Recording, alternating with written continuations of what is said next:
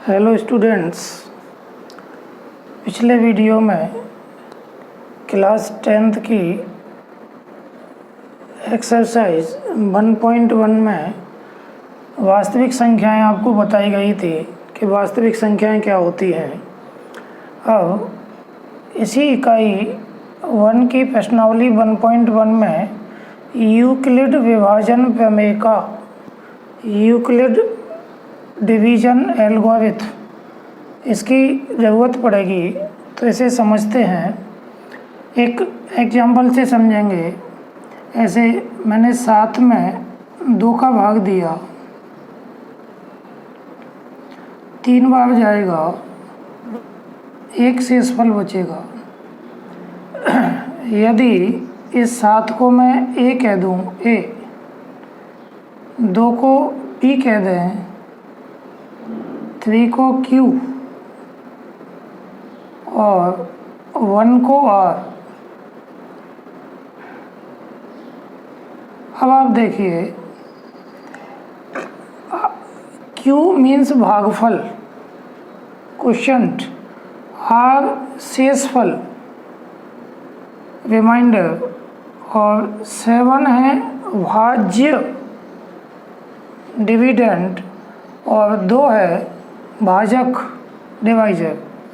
तो आप देखोगे कि 7 कैसे प्राप्त होगा।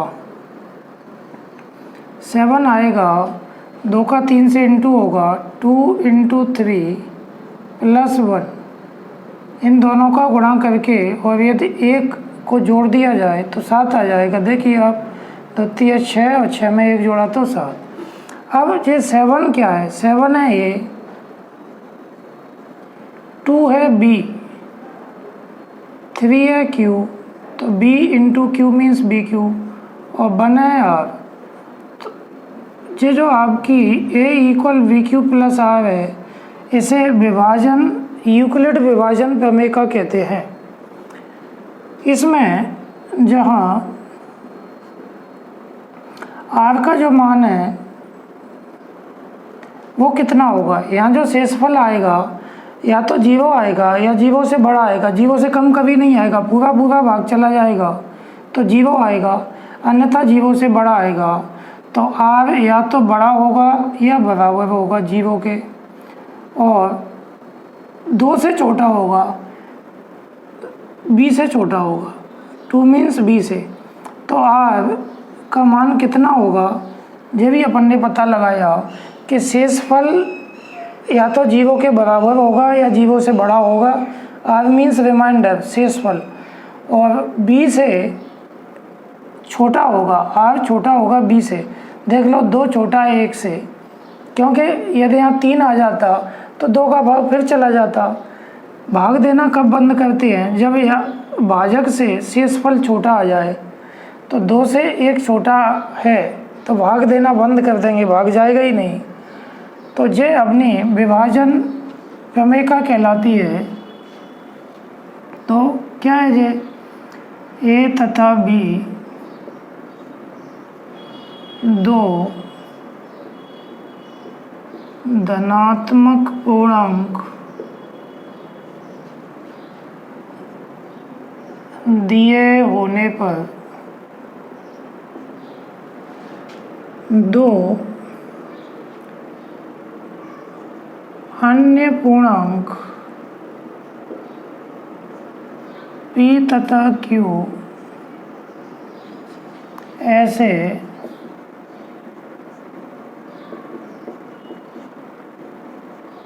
अस्तित्व में हैं या अस्तित्व में होते हैं कि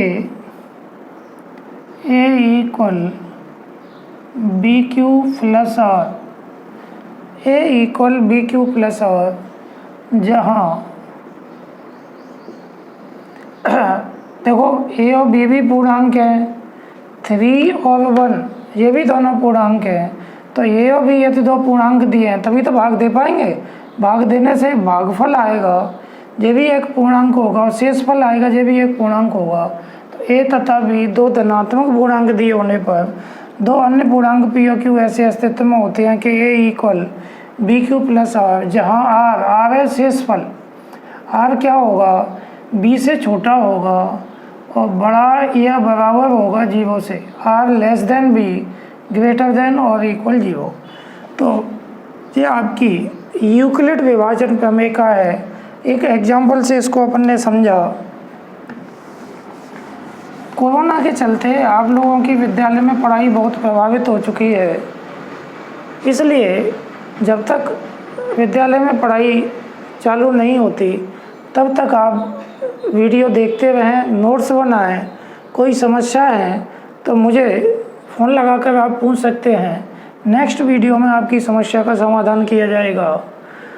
और होमवर्क भी आप डेली किया करो, जिससे आपकी पढ़ाई लगातार सतत बनी रहे और कोई समस्या ना आए।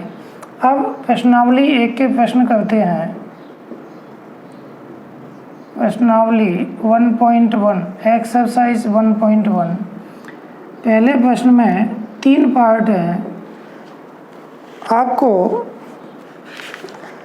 विभाजन प्रमेय का द्वारा HCF ज्ञात करना है। HCF होता है highest common factor. HCF Hindi में मासा कहते हैं, हाईएस्ट कॉमन फैक्टर। जो फैक्टर हैं कॉमन वाले, उनमें सबसे बड़ा जो है वो HCF कहलाता है। निम्नलिखित संख्याओं का HCF ज्ञात करने के लिए यूक्लिड विभाजन एल्गोरिथम या यूक्लिड विभाजन प्रमेय का प्रयोग कीजिए। तो इसका पहला है 135 135 और 225। अब आप देखिए यहाँ हियर 225 बड़ा है 135 से, तो 135 का भाग 225 में देंगे। साइड में दे लेते हैं भाग। 135 का भाग 225 में देंगे तो एक बार जाएगा 0 और 9, 90 शेषफल बचेगा। इस 90 का भाग फिर 135 में देंगे तो एक बार जाएगा, 5 बचेगा, 4 आएगा। फिर इस 45 का भाग इस 90 में देंगे तो 45 दूनी 90 और शेषफल 0 आ गया। जब तक भाग देते हैं जब तक शेषफल 0 ना हो जाए। अब सबसे पहले इन तीनों में देखेंगे, ये जो दिया है वो V है, 225 A है, 1 Q है और 90 R है। तो स्टेप बाय स्टेप करेंगे। यूक्लिड विभाजन प्रमेय का A equal BQ plus R से। अब आप देखो यहाँ पर A क्या है, मैंने अभी एक भाग दे के आपको बताया था कि 225 है वो A है, तो A के स्थान पर 225 आएगा। B क्या है, 135 B है इंटू Q है 1, एक बार भाग गया शेषफल, प्लस R एक बार भाग गया तो ये भागफल है, शेषफल नहीं है। 90 शेष बचा तो 90 शेषफल है। यहाँ R 90 है, R इक्वल 90। और जब तक चलेंगे जब तक 0 ना आ जाए तो नॉट इक्वल 0। तो पुनः इसी प्रकार इस लाइन को दोबारा लिखने की ज़रूरत नहीं है, पुनः इसी प्रकार लिख देंगे। नंबर 2 लिखेंगे। अब दूसरे उसमें देखेंगे तो अब की जो A है वो 135 है, तो 135 बना हुआ है। B 90 है इंटू Q 1 है प्लस R है, शेषफल 45 है, जहाँ R इक्वल 45 नॉट इक्वल 0। पुनः थर्ड स्टेप में देखो आप, थर्ड स्टेप में A 90 है तो 90 इक्वल, यह मान रखते हैं 90 है, बी है 45, 45। दो बार भाग गया तो भागफल क्यू है 2 और प्लस आर, शेषफल आर है 0। यहाँ आर इक्वल 0 आ गया। जैसे ही आर इक्वल 0 आ जाए तो विभाजन एल्गोरिथम कंप्लीट हो जाती है, यूक्लिड विभाजन प्रमेय का पूर्ण हो जाती है, और इस स्थिति में आपका जो बी है वही एचसीएफ होता है। अतः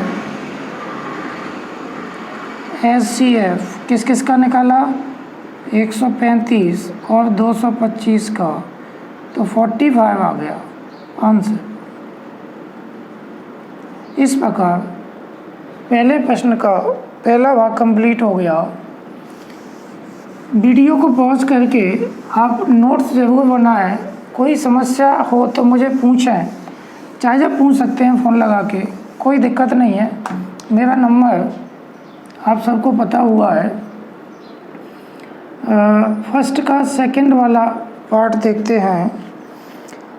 196 और 38,220, 196 और 38,220। अब देखो यहाँ बड़ा कौन सा है, 38,220 बड़ा है 196 से, तो पहले साइड में भाग दे लेंगे, इससे इधर आसान हो जाता है।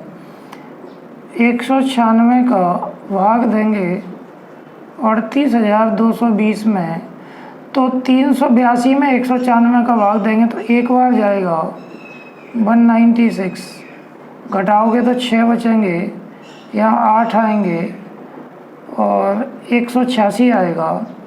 फिर 2 का अंक उतार लेंगे। अब आप भाग दोगे तो 9 बार जाएगा, 9 छक्के 54, 5 81 और 5 86, 8 और 9 एकम 9 और 8 17, 8 आएगा और यहाँ 9 आ जाएगा और 0। अब 5 बार भाग जाएगा, 56 30, 3 और 45 और 3 48, 4, 5 एकम 5 और 4 9, शेषफल 0 आ गया। इसमें एक साथ पूरा भाग चला गया 195, तो यहाँ वही लिखेंगे, यूक्लिड विभाजन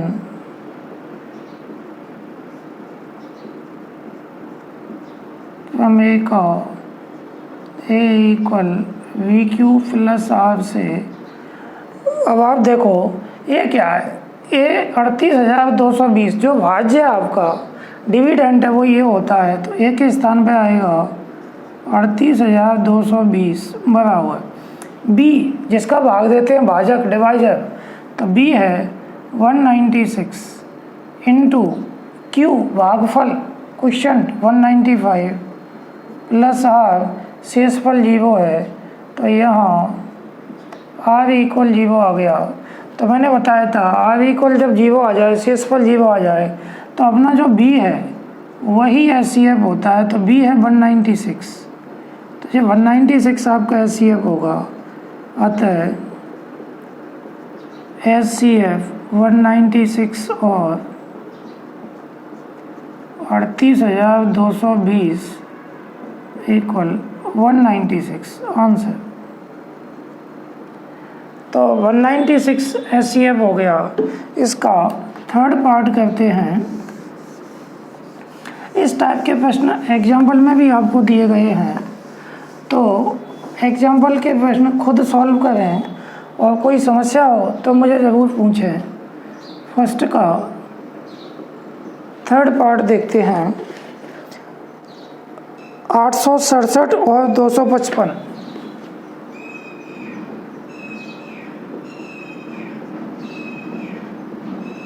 867 एंड 225, तो यहाँ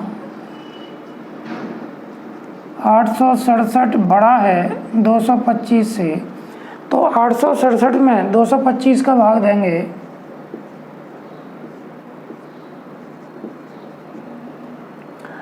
आप ध्यान दोगे तो 4 बार जाएगा, 2 चौक 8, हो सकता है ज़्यादा हो जाए, देखते हैं। 4 पंजा 20, 4 दूनी 8 और 2 10, और ज़्यादा हो जाएगा।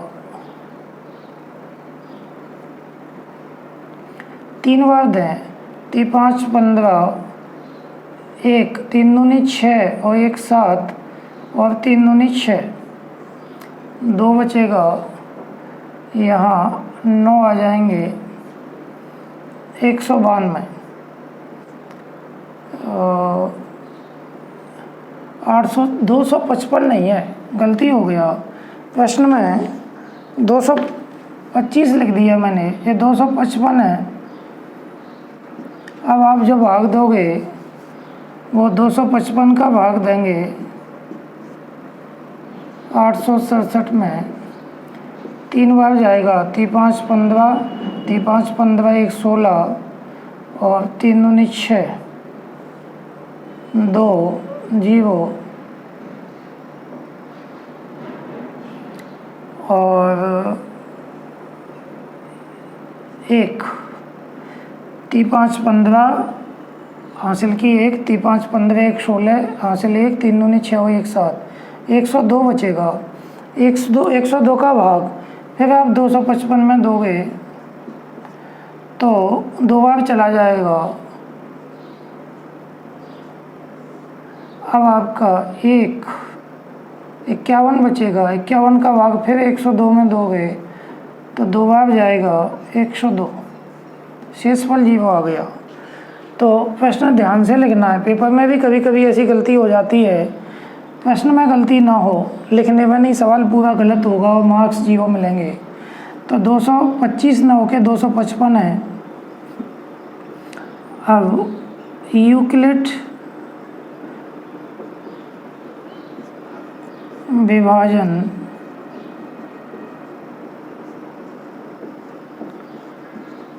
प्रमेय का A equal BQ plus R से, अब आप देखो यहाँ पर 867 है वो A है, B है 255 इंटू, बीच में इंटू है, Q है 3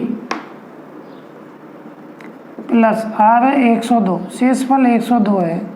यहाँ R इक्वल 102 जीरो के बराबर नहीं है, बताते चलते हैं कि जीरो के बराबर है या नहीं। अब दूसरे वाले पार्ट में A 255 है, उन्हें इसी प्रकार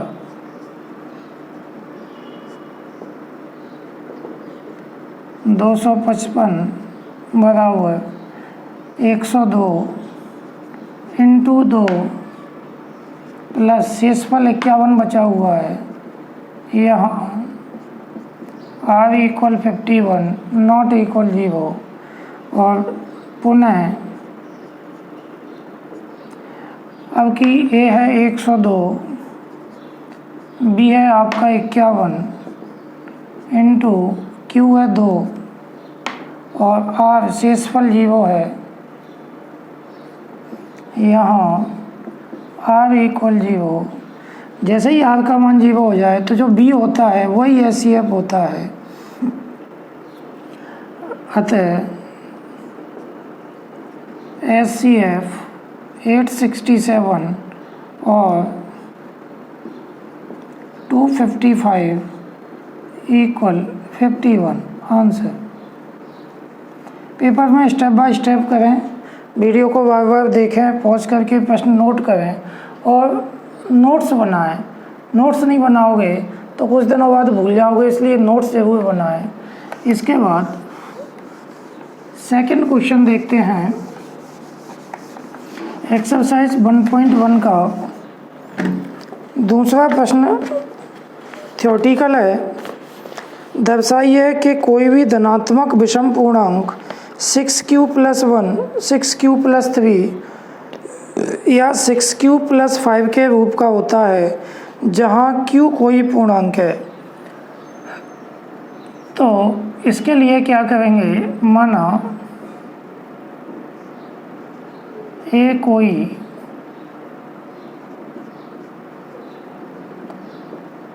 धनात्मक पूर्णांक है, पॉजिटिव इंटीजर, तथा b इक्वल 6। आपको जो लाना है वो ऐसा लाना है 6q + 1, 6q + 3, 6q + 5 धनात्मक विषम पूर्णांक लाना है। तो अपना देखो a इक्वल BQ + R होता है, तो b के स्थान पर 6 है तो b का 6 ले लिया, और ये कोई सा भी धनात्मक पूर्णांक है, तब यूक्लिड विभाजन प्रमेय का a इक्वल BQ + R, जहाँ ऊपर लिखी हुई है a इक्वल BQ + R, जहाँ R छोटा है, आप देखो R B से छोटा है और यहाँ पर B 6 है, तो R 6 से छोटा होगा, बड़ा है बराबर है 0 के, तो R का मान क्या हो जाएगा, अर्थात R के मान हो जाएंगे, देखो R 0 के बराबर है और 0 से बड़ा है तो 0 आएगा, 0 से बड़े में 1 2 3 4 5 तक आएगा, 6 नहीं आएगा, क्योंकि R छोटा है 6 से, R का मान 6 से छोटा है, तो 5 से 5 4 3 2 1 और 0 है, 0 से छोटा नहीं है, 0 से बड़ा है, तो R के मान 0 से 5 तक हो जाएंगे। तो यहाँ पे बिल्कुल आराम से प्रश्न करना है, ये कोई धनात्मक पूर्णांक ले लिया और B6 क्यों लिया है, क्योंकि आपको जो दिया है वो 6q + 1, 6q + 3 इस टाइप से लाना है, तो अपना होता है BQ + R, ये R का मान है, ये B का मान है, तो B का मान 6 लिया है। अब क्या करेंगे, A इक्वल मान रखेंगे B तो 6 है, 6q पूर्णांक है तो q तो इसी प्रश्न में दिया है, q नहीं है अपने पास, प्लस R का 0 रखेंगे तो 6q + 0, या B का 6 रखा इसमें, R का 0 रखा तो 6q + 0, B का 6 ही आएगा, R के बदलेंगे तो 6q, अगली बार R का 1 आएगा, या फिर 2 आएगा 6q + 2 यहाँ से, या 6q + 3, या 6q + 4, या 6q + 5। ये सभी a के मान आ गए। ये कोई भी धनात्मक पूर्णांक है, इसमें से आप जो 0 चाहो तो हटा दो, क्योंकि 0 के जोड़ने से कोई अंतर नहीं पड़ता। 6q, या 6q + 1, या 6q + 2, या 6q + 3, या 6q + 4, या 6q + 5। अब ये सभी धनात्मक पूर्णांक हैं, इसमें कुछ समय कुछ विषम है, कुछ इवन है कुछ ऑड है, तो विषम लेने हैं। उसने कहा कि विषम धनात्मक पूर्णांक ज्ञात करने हैं, तो आप देखोगे 6q, 6q + 2 और 6q + 4, इन तीनों में ही 2 का भाग चला जाएगा, और जिसमें 2 का भाग चला जाता है वो सम होते हैं। आपको प्रश्न में विषम ज्ञात करना है, दर्शाइए कोई भी धनात्मक विषम पूर्णांक, धनात्मक विषम पूर्णांक, तो अपन लिखेंगे यहाँ 6q, या 6q + 2, या 6q + 4 धनात्मक सम पूर्णांक है, क्योंकि इनमें 2 का भाग चला जाएगा। अतः विषम कौन से बच गए, a इक्वल 6q + 1, ये विषम है, सम में 1 जोड़ दिया, 6q सम है, 1 जोड़ेंगे विषम, या 6q + 3, या 6q + 5, तो ये सिद्ध हो गया। अतः आपको सिद्ध करना था कि कोई भी धनात्मक विषम पूर्णांक, तो अपन लिखेंगे अतः कोई भी धनात्मक विषम पूर्णांक 6q + 1 या 6q + 3 यहाँ से लिख रहे हैं, या 6q + 5 के रूप का होता है, यही सिद्ध करना था। तो प्रश्न आसान है, बार बार रिपीट करेंगे, अच्छा समझ में आएगा। इसके बाद क्वेश्चन नंबर 3 सॉल्व करते हैं। 3 वाले प्रश्न में आपको प्रश्न है, किसी परेड में 616 सदस्यों वाली एक सेना टुकड़ी को, एक सेना की टुकड़ी है, 616 सदस्य हैं, 32 सदस्यों वाले एक आर्मी बैंड के पीछे मार्च करना है, माने चलना है। 32 सदस्यों वाला एक आर्मी बैंड है, जैसे शादी में बैंड के पीछे व्यक्ति जाते हैं, वैसे ही 32 सदस्यों का बैंड है, उसके पीछे 6 से 16 सदस्यों को चलना है। दोनों समूहों को समान संख्या वाले स्तंभों में मार्च करना है। समान संख्या वाले स्तंभ ऐसे, संख्या समान, जितनी सदस्यों की संख्या इसमें है उतनी इसमें, उतनी इसमें, उतनी इसमें होना चाहिए। स्तंभों की अधिकतम संख्या क्या होगी जिसमें वे मार्च कर सकें, चल सकें? तो अधिकतम संख्या के लिए हाईएस्ट कॉमन फैक्टर निकालेंगे। तो स्तंभों की अधिकतम संख्या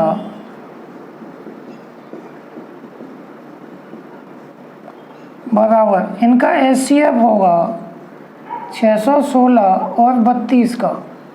अब 6 से 16 और 32 का हाईएस्ट कॉमन फैक्टर अधिकतम ज्ञात करने हैं आपको, तो हाईएस्ट कॉमन फैक्टर HCF निकालना पड़ेगा।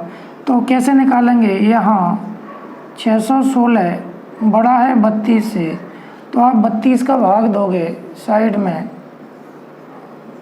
616 में, तो एक बार जाएगा 32, 9, 29। अब 296 में 32 का भाग देंगे, 8, 9 30 27, 9 दूनी 18, 9 30 27, 1 28,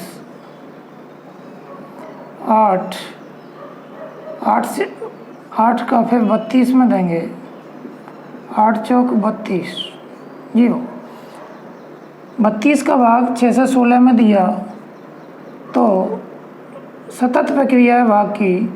एक बार गया 32, 29 शेष बचे, 6 अंक उतार लिया, 9 बार गया और 8 शेष बचे, और 8 का भाग 32 में गया 4 बार, 8 चौक 32।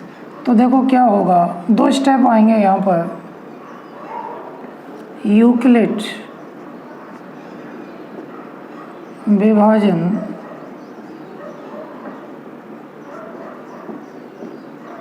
प्रमेय का A = BQ + R से। अब A 616 है, B 32 है, इंटू Q 19 है, और प्लस शेषफल 8 बचा हुआ है आपका। यहाँ R = 8, नॉट इक्वल 0। अब पुनः इसी प्रकार अगले स्टेप में A 32 है, B 8 है, Q 4 है, R 0 है, तो यहाँ R = 0 आ गया। R = 0 आ गया, तो जो आपका B है वही HCF होता है, अतः HCF आ जाएगा 616 और 32 का HCF आएगा 8। तो उसने पूछा था स्तंभों की अधिकतम संख्या जिसमें वे मार्च कर सकें, तो इस प्रकार